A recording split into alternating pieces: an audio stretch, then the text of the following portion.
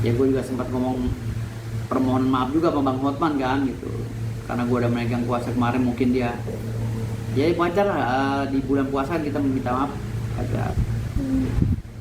Jadi bukan karena gue takut sama Bang Hotman, nggak ada. Gue tuh sedikit pun nggak ada takutnya sama Bang Hotman. Dan andaikan nanti habis mah gue pergi haji, gue dapat kuasa lagi untuk melawan Bang Hotman, gue lawan lagi. Lebih parah dari ini lawannya ntar. Gitu. Perlawanannya lebih parah dari ini. Kalau gue harus melawan Bang Hotman lagi. Karena gue orangnya kalau udah megang kuasa nggak ada cerita mundur. Gitu. Dan hari ini, walaupun kondisi gue seperti ini, dibekukan dan lain-lain, ya untuk sementara ya dibekukan ya, karena nggak ada istilah pembekuan dalam undang-undang advokat. Ini permainan sementara lah gue anggap gitu. Jadi walaupun gue dibekukan, gue nggak merasa minder gitu, tetap gue lawan Bang Hotman. Dengan berita-berita hoax yang dia lemparkan kemarin, gue katanya ngutang, gue ngutang 500.000 di warung. Warung yang mana? Lu bawa orangnya kemari kalau bisa. Dengan bilang katanya gue mengemis uang 6 juta sama Richard Lee dan Rudy Salim. Buka isi WA-nya. Gue yang ngemis atau mereka yang ngemis minta podcast. Gitu. Karena gue lagi viral, gue atau mereka. Gitu loh. Kan tinggal pembuktian. Nah, terus kata Bang Hotman katanya gue Sultan Uranium palsu. Yang bilang gue Sultan Uranium siapa? Gue cucunya Sultan Bima, bukan Sultan Uranium. Nggak ada di Indonesia ini Sultan Uranium. Tidak ada. Gue cucunya Sultan Bima yang menguasai wilayah Pulau Sumbawa dulunya. Gitu loh. Yang sekarang ini ada kandungan uranium dan emasnya menurut ahli geologi. Gitu. Jadi penjelasannya harus komprehensif, jangan separuh-separuh Sultan Uranium. Yang dia bilang gue punya gunung palsu, gue suruh bayarin dia. Kalau you punya duit, ya 1.000 hektar aja gue jual sama lu, harganya 2 triliun, hanya 2 triliun, lu mampu nggak? Ya, kalau lu bilang gue bohong, ya ngaku-ngaku gunung, monggo, lu kan pengacara. Hotman pasti pengacara, monggo gugat gue, ya kan? Lu jangan berbicara kayak orang yang menurut dia emak-emak di pasar, ya.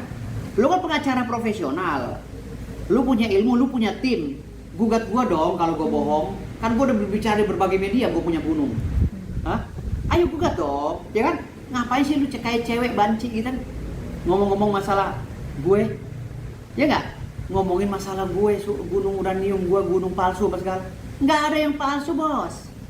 Gue jual ke lu cuma 1.000 hektar aja. Karena gue tahu uang lu nggak bakal mampu beli gunung gue semuanya. Gunung gue ada 55.000 hektar. Gue hanya jual ke Hotman Paris 1.000 hektar saja. Mampu nggak dia beli? Mampu nggak? Kalau dia mampu, gue kasih harga murah, 2 triliun saja 1.000 hektar. Karena per meternya gue hitung 200.000 saja, walaupun di situ pasarannya 500 sampai 1 juta. Ya, karena gue tahu Hotman Paris duitnya nggak punya, gue suruh bayar 200.000 aja per meter. Ya, mampu nggak dia beli gunung gue?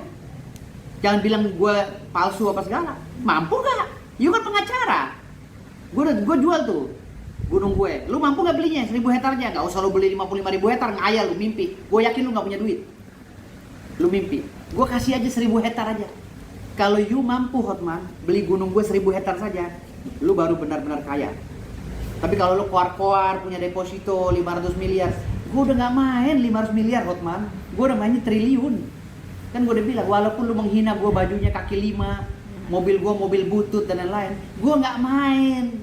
Gue tuh udah nggak mau bahas masalah ratusan miliar, karena aset gue udah triliun Hotman. Ya. Kalau gue hoak, lu tuntut aja, tinggal lu laporin polisi tuh, Mabes Polri masih buka tuh kantornya. Laporin aja kalau gue hoak. Hah? Gue tantang si Hotman untuk laporin gue ke Mabes Polri. Kalau gue hoak, lapor tuh, Mabes Polri terbuka tuh. Kalau dia nggak punya backing di Mabes Polri, gue telepon jenderalnya. Gue telepon jenderal suruh terima laporan Hotman. Kalau gue hoak, lapor aja. Ya, gue jual ke dia, mampu nggak beli gunung gue, beli tanah gue di Paru, mampu nggak 1.000 hektar? Dia nggak usah keluar-keluar. Hah? Hari ini lawan terberat Hotman itu adalah gue. Terbukti sampai Hotman itu sakit dan sampai sekarang belum sembuh, masih berobat di Singapura. Dia pulang lagi kemarin. Tadi ini dia pulang lagi Singapura. Ya, jangan berkoar-koar. Ya, dari kemarin gue tuh sebenarnya udah, aduh. Kepancing bang? Hah? Kepancing. Bukan disindir-sindir masalah utang 500.000, ngemis-ngemis sama Richard Lee apa Rudy Salim. Gue nggak perlu podcast. gue pakai handphone gue saja yang nonton ini ratusan ribu, jutaan. Gue nggak perlu lagi podcast sebenarnya. Buat apa gue podcast gedein ini orang, aksen orang atau YouTube orang, viewernya? Gue mendingan gedein YouTube gue sendiri. Gitu. Gue nggak butuh juga. Emang impactnya buat gue apaan kalau gue podcast di Rudy Salim sama Richard Lee? Gue viral gitu, dia mah gue viralan gue gimana? Gue nggak pernah punya kasus di Indonesia ini. Apa kasus gue di Indonesia ini? Nipu, gue nggak pernah nipu. Gitu. Gue belasan tahun di media sosial aman-aman aja tuh. Muka gue terus terpampang sampai lu pada muak ngeliat muka gue di media sosial. Gue bebas-bebas aja. Kalau ada orang nagih deh, Ruko Duta Bintaro, Paku Jaya tuh kantor gue, datang sini, tagih. Bang selalu disindir sama Bang Hotman, jadi kayak target Hotman lagi setelah Rasman. Kepancingnya seperti apa sih Bang? Hotman target gue. Hotman target gue, tunggu mak gue pulang haji. Dia target gue fight habis-habisan sama dia. Hah? Mau fightnya kayak gimana Bang? Ya fight dihukum lah. Kalau ada orang yang nunjuk gue sebagai pengacara karena dikerjain sama Hotman, gue sikat si Hotman. Tapi tunggu bulan puasa ini selesai, mak gue pulang haji baru gue bisa fight beneran. Berarti ini cooling down dulu gue sekarang. Bang, tapi nggak kepikiran Bang, takutnya nanti mama makin sakit lagi? Enggak, bukan maksud gue nih. Sekarang kan gue lagi tanya sama lu orang, gue udah nggak mau ribut lagi sama Hotman. Masalah dia ngehina gue, katanya pakai baju kaki 5 kemarin kan, pakai baju Impres lah apa. Emang kenapa kalau gue beli baju di pasar Impres? Pak Jokowi aja yang presiden yang lebih kaya dari Hotman, yang lebih derajatnya dari Hotman, dia pakai baju lokal kok, pakai produk lokal. Cinta Indonesia. Iya, wakil presiden kita, adik kita Gibran, pakai sepatu lokal, nggak malu dia. Mobilnya pun mobil sederhana. Emang kenapa? Lantas kalau Gibran pakai mobil Innova langsung kata Hotman dia orang miskin itu. Salah pola pikir begitu. Buktinya gue hanya pakai mobil Expander, harta gue triliunan tuh. Pakai mobil Expander doang. Hah? Kenapa? Karena orang banyak yang berbeda pola hidupnya. Ada yang suka glamor, ria, ada juga yang nggak mau macam-macam. Itu yang punya gedung di Sarina, yang gedung di Tamrin, di Sudirman itu tuh pada kagak keluar tuh yang punyanya gedungnya. Itu lebih kaya dari gue sama Hotman. Tapi apa mereka sombong? Nggak ada yang keluar. Gitu. Jadi untungnya sekarang ini gue ngelawan si Hotman nih, si orang kaya baru. Gitu, OKB. Kalau gue kan dari turunan emang udah kaya. Gitu. Gue kayaannya 7 turunan, 8 tanjakan, 9 tikungan. Masya Allah. Jadi udah nggak bisa Hotman ngelawan gue gimana kalau dicerita. Kakek moyang lu kalah sama kakek moyang gue. Tanya orang Bima. Hah? Tanya, gue kaya nggak? Keturunan gue kaya nggak? Gitu. Profesor NTB pertama Nusa Tenggara Barat, profesor pertama di Nusa Tenggara Barat, Profesor Sahidu, itu kakek gue, ya, abangnya kakek gue, Profesor Sahidu, ya. Ketua Mahkamah Konstitusi 2 orang, ya, Ketua Mahkamah Konstitusi Hamdan Julfa dan Bapak Profesor Anwar Usman, Toaji, itu om-om gue, gitu. Itu dari keluarga besar gue, Kesultanan Bima. Gitu. Ada lagi beberapa orang yang menjadi petinggi-petinggi negara seperti menteri, gubernur, Om Harun Ar-Rasyid, ya, apa segala. Itu keluarga gue semua. Gitu. Apa yang lo pada mau menghina gue gitu? Wah, Firdaus orang miskin, orang nggak bisa. Keluarga gue ada yang jadi wali kota, ada yang jadi gubernur, ada yang jadi menteri, ada yang jadi ketua MK, 2 orang. 2 periode loh, presiden 2 kali, ya Jokowi yang mutusin ketua MK-nya om-om gue. Gitu.